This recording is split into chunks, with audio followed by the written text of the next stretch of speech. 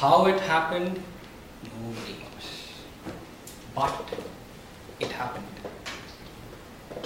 This incident, this not so exquisite incident, was witnessed by over 15 people. No one could believe their eyes as the man emerged from the rubble, dusted himself clean, and went about his usual business almost as normal. The man was surprised to a certain extent, but the pace with which the whole incident had occurred did not leave him much time to reflect or to even be in awe. But the onlookers had realized what they had witnessed was a miracle.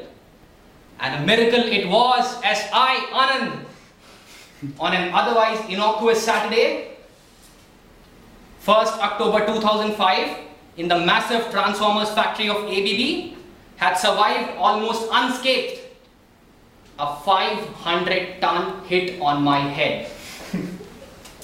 Dear Toastmaster, fellow Toastmasters and guests, you heard me right.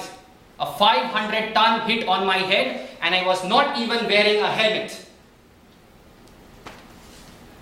It had been just 4 months since my fresh new job, and I wasn't liking it very much for many reasons. I was set apart from my family and my beloved ones. The salary was not too attractive, and my batchmates weren't so extraordinary. I hope you get what I mean by that, right? But the ultimate factor of concern was the absence of any semblance of comfort. Now, I was designated as a production and planning executive. Sounds quite fancy, doesn't it?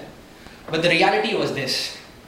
I had to supervise a transformer assembly day. I had 20 workmen to manage every day. And I had to get my hands and clothes dirty with dirty, horrible transformer oil and nuts and bolts of all shapes and sizes. And if this was not enough, my line manager ensured hell by making me work at nights, and would you believe doing what? He made me work as a laborer on a winding machine all throughout the night to ensure that production targets are met.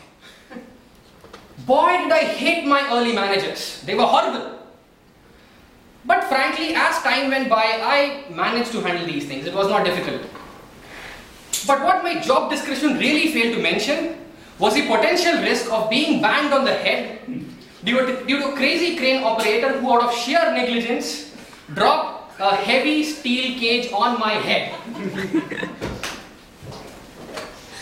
It was 5 p.m. in the evening, and with Navaratri around the corner, the Baroda factory of ABB was not very active in work. With dandiya and gorgeous Gujju girls in our minds, my colleague Ruchir, I and a few workmen were in unusual hurry to finish off things for the day and for the week. There was just one small task left. We just had to move one cage full of heavy duty insulators from one point to the other. Alright, so heavy, thick steel wires with hooks at the bottom suspended from the crane above.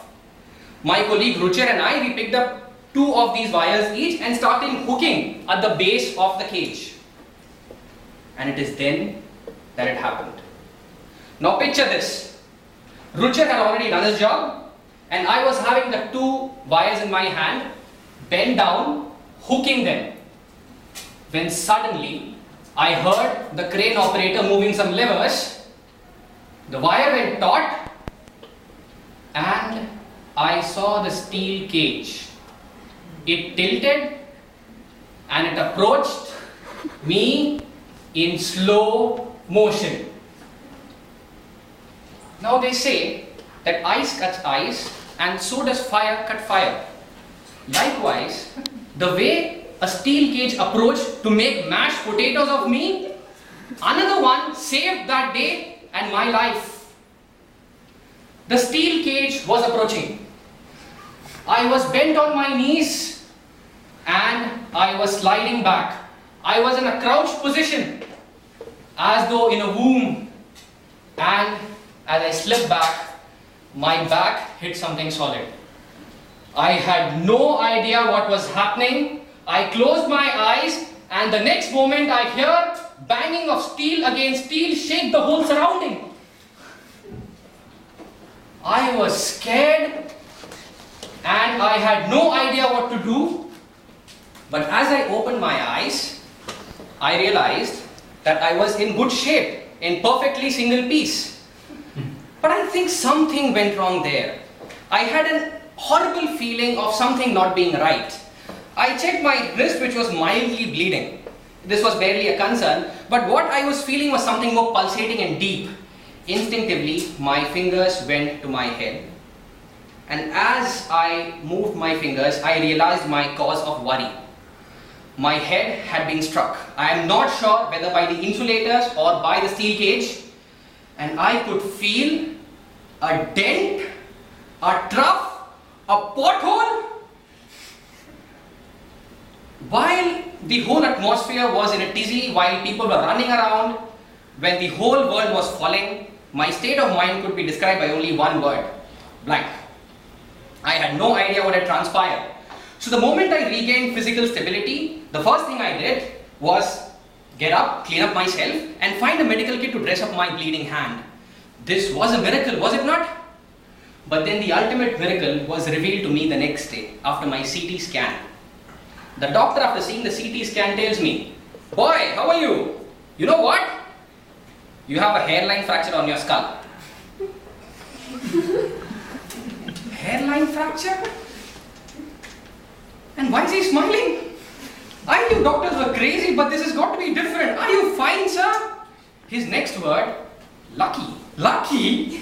Are you nuts? And then he uttered the words which were magic to me. He said, "Buddy, listen. Your skin has not ruptured, so no blood, no gore. There is no chemical locha inside your brain. And believe me, a broken skull does not even require a cast. All you need to ensure is don't get your head banged once again in your life." My medical reimbursement was only in 3 figures and I was not even hospitalized. As I reminisce the details of that day, I really wonder how lucky I was and that this truly was a miracle. But as I stand here and reflect, I wonder if this was just a figment of my imagination.